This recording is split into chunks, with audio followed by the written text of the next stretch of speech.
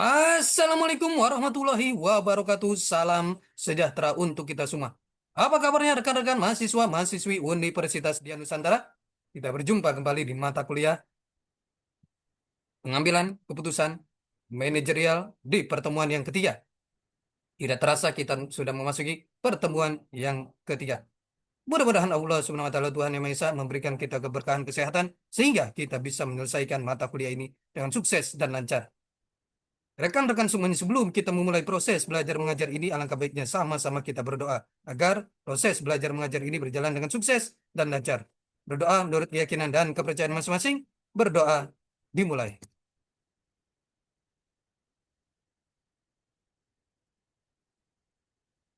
Selesai. Rekan-rekan semuanya, di pertemuan yang ketiga ini, kita akan membahas materi mengenai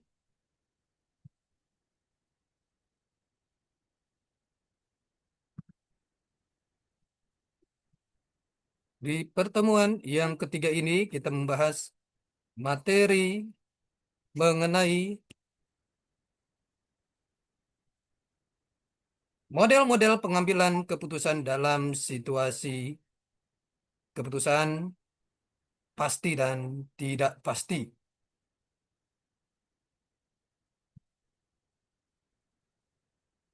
Definisi kondisi. Kondisi merupakan suatu bentuk keadaan yang disebabkan oleh berbagai latar belakang yang ada. Latar belakang tersebut pada prinsipnya memiliki berbagai dimensi yang turut serta telah mempengaruhi pembentukan lahirnya berbagai keputusan. Perubahan kondisi dari A ke B dapat juga disebabkan oleh masuk dan berkembangnya suatu informasi sehingga informasi tersebut telah mempengaruhi tatanan kondisi sosial, kondisi yang ada. Pengambilan keputusan situasi pasti. A menggunakan linear programming yang merupakan alat analisis atau teknik sistematis yang digunakan untuk membantu manajer dalam pengambilan keputusan dalam kondisi deterministik mendasarkan pada asumsi-asumsi kepastian. Ciri khusus penggunaan teknik ini berusaha untuk mendapatkan maksimalisasi atau minimalisasi, memaksimalkan efektivitas promosi dan lain sebagainya yang bersifat perolehan manfaat. Minimalisasi dapat berupa meminimalkan biaya atau hal-hal yang bersifat pengorbanan. B. Analisis jaringan kerja dengan menggunakan Critical Path Method (CPM) dan Project Evaluation and Review Teknik (PERT). Kedua metode tersebut telah digunakan untuk perencanaan, penjadwalan, dan kontrol dari bermacam-macam ragam proyek seperti riset dan pengembangan produk baru serta proses pembuatannya. Konstruksi pabrik, bangunan, jalan, perawatan, alat-alat besar, desain, dan pengawasan sistem baru seperti pabrik, komputer, dan sebagainya. Contoh lain pengambilan keputusan situasi pasti dapat ditemukan dalam keputusan investasi. Yield yang dihasilkan investasi yang ada bervariasi tergantung pada situasi perekonomian pasca keputusan. Dalam situasi kepastian, kondisi ekonomi mendatang dapat diprediksi pertumbuhannya dengan tepat.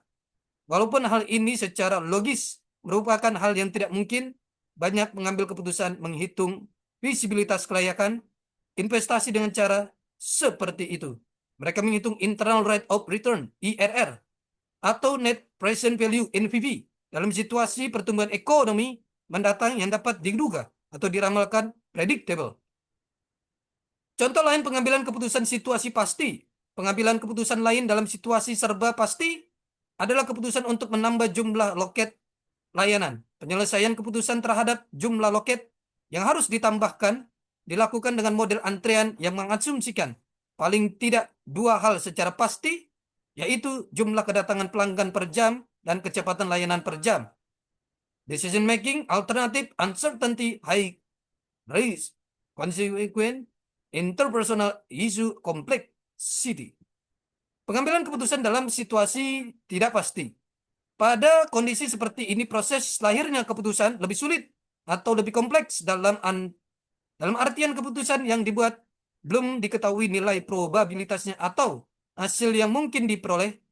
Situasi seperti ini dimungkinkan sekali terjadi dikarenakan minimnya informasi yang diperoleh, baik informasi yang sifatnya hasil penelitian maupun rekomendasi desain yang bisa dipercaya. Karena itu, membangun perangkat suatu sistem informasi manajemen yang kredibel merupakan suatu keharusan pada saat ini. Jika tidak, suatu organisasi akan tertinggal, terutama jika ia berkompetisi secara aktif di pasar bebas. Informasi tersebut dapat dipakai sebagai pendukung dalam pembuatan keputusan. Pada penggunaan teknologi modern, di mana informasi terbagi menjadi dua, yaitu satu, informasi internal berasal dari lingkungan dalam organisasi yang diterima. Selanjutnya diolah menjadi informasi yang mendukung pembentukan dalam proses pengambilan keputusan organisasi. Yang kedua, informasi eksternal berasal dari lingkungan luar organisasi yang selama ini mereka merupakan pihak-pihak yang memiliki kepentingan terhadap organisasi. Selanjutnya, informasi eksternal tersebut diolah menjadi informasi pendukung dalam proses pengambilan keputusan organisasi.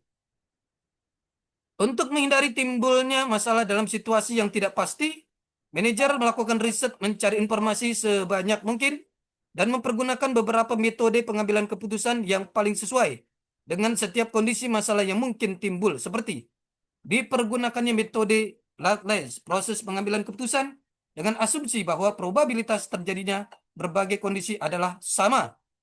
B. Metode maksimal.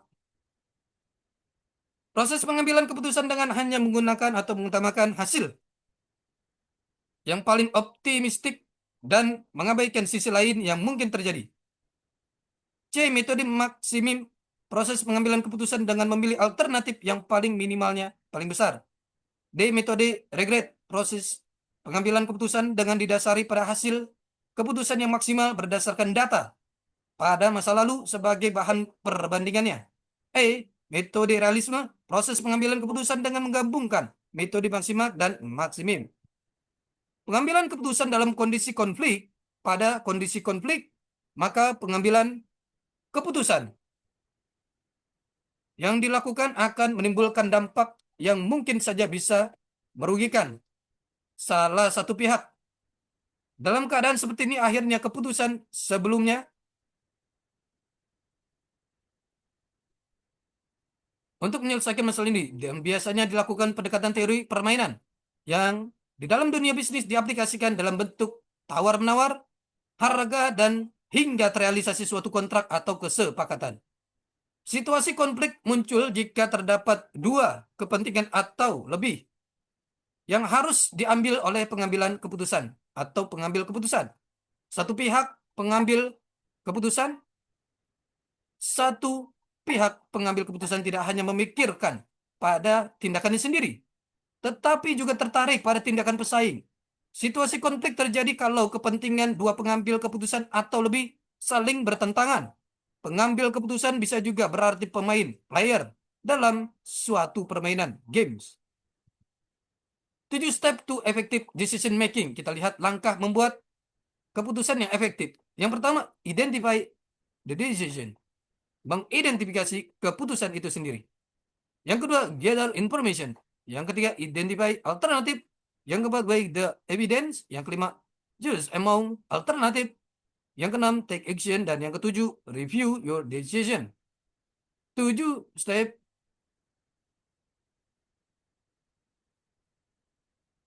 Decision making is the process of making choice by identifying a decision, gathering information, and assessing alternative solution.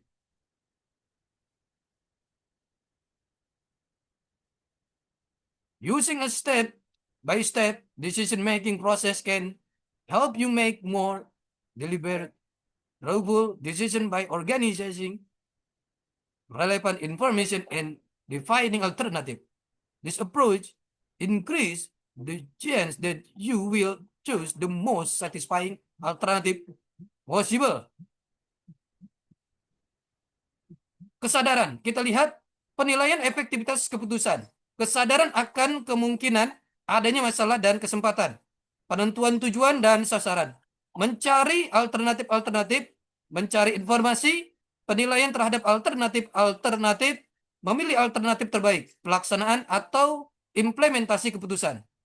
Sudahkah masalah terpecahkan? Sudahkah tujuan tercapai? Penilaian efektivitas keputusan.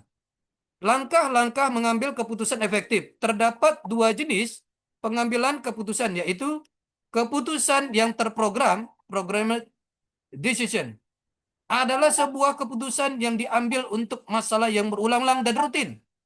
Dalam situasi ini, untuk mengatasinya biasanya dengan memberikan aturan, kebijakan, dan prosedur rutin atau SOP.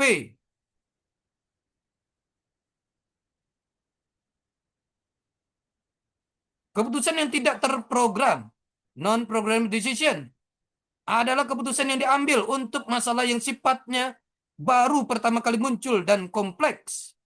Dalam situasi ini biasanya perlukan penanganan khusus dan diatasi oleh manajer tingkat atas, top manager. Tahap-tahap pengambilan keputusan kita lihat di sini. Tahap 1, mengidentifikasi dan definisi masalah. Tahap 2, mengembangkan alternatif. Tahap ketiga, evaluasi alternatif pemecahan. Tahap keempat, memilih alternatif. Tahap kelima, implementasi keputusan. Dan tahap keenam, penilaian dan pengendalian. Langkah-langkah mengambil keputusan efektif. Terdapat dua jenis pengambilan keputusan, yaitu keputusan yang terprogram. Programmed decision adalah sebuah keputusan yang diambil untuk masalah yang berulang-ulang dan rutin. Dalam situasi ini, untuk mengatasinya biasanya dengan memberikan aturan, kebijakan, dan prosedur rutin atau SOP. Keputusan yang tidak terprogram, non-programmed decision, adalah keputusan yang diambil untuk masalah yang sifatnya baru, pertama kali muncul dan kompleks. Dalam situasi ini, biasanya diperlukan penanganan khusus dan diatasi oleh manajer tingkat atas atau top manager. Kesadaran akan kemungkinan adanya masalah dan kesempatan, penentuan tujuan dan sasaran, mencari alternatif-alternatif, mencari informasi, penilaian terhadap alternatif-alternatif, memilih alternatif terbaik, pelaksanaan atau implementasi keputusan. Langkah membuat keputusan yang efektif ada 7 step to effective decision making. Rekan-rekan semuanya, ini adalah pertemuan kita yang ketiga. Kita akan berjumpa di pertemuan selanjutnya. Tetap semangat belajar untuk mencapai kesuksesan. Salam sehat selalu. Assalamualaikum warahmatullahi wabarakatuh.